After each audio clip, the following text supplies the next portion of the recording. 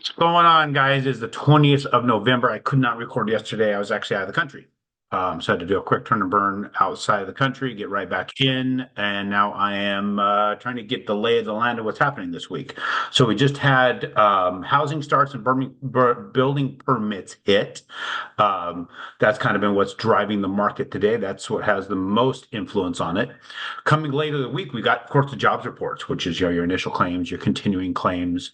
We're going to have existing home sales as well as consumer sentiment. So those are the things going to be driving the market this week. When it comes to the starts, let's take a peek at this. So I want you guys to see this. This is what's kind of making a drive here when it comes to October. The housing starts. This is those houses being built. So when you start looking at this here, it's like, very, very interesting data. You start seeing that we had these declines. Now it looks like we had a little bit of an uptick, slight uptick when it comes to where the permits are versus the starts. So permits are fairly, they seem to be kind of flat. They've gone down. They've been going down, but they've gone flat right now. Then the starts themselves, they're starting to pick up. So those permitted previously, it looks like more permitted that are now starting to get materials to get being built. Now it's not like a monster differential, but I think there's a few more starting than what were permitted. There's probably some backup in the permitting, if you will. So that's what's driving us today. That's what's making our market, at least any sort of market influence. And where are we in that market? We're looking kind of flat. So let's take a peek at what that looks like. Not significant. I mean, we're down. Let's put this, we're down from where we started yesterday, but look, we're in these lines here, the support and ceiling that we've got here that I drew a long time ago. I mean, this thing was drawn way back here as ways to kind of explain where I believe there are some technical ceilings and floors, and I just screwed that up. I just moved that one. Let me see here. I got to pull that back down because I'm, moving this around. We were right in there. So we had this floor here. It looks like we opened below it. We're knocking around on it. So this floor is somewhere in there. I could be off on it. My floor actually might even be a little bit high. It might be down here. So we'd be above the floor if that's where it really lies. So I could be off a little bit on that.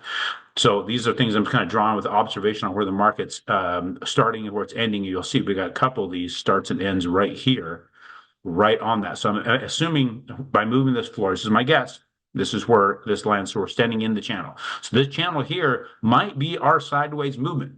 So if you're in this spot here that's wondering if we're going to get better, I don't know that we're going to get a ton better unless we break out of this channel and go upward.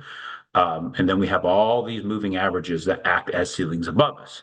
So we've got moving averages start to converge, which is going to be our 14-day, and then it looks like our 21-day.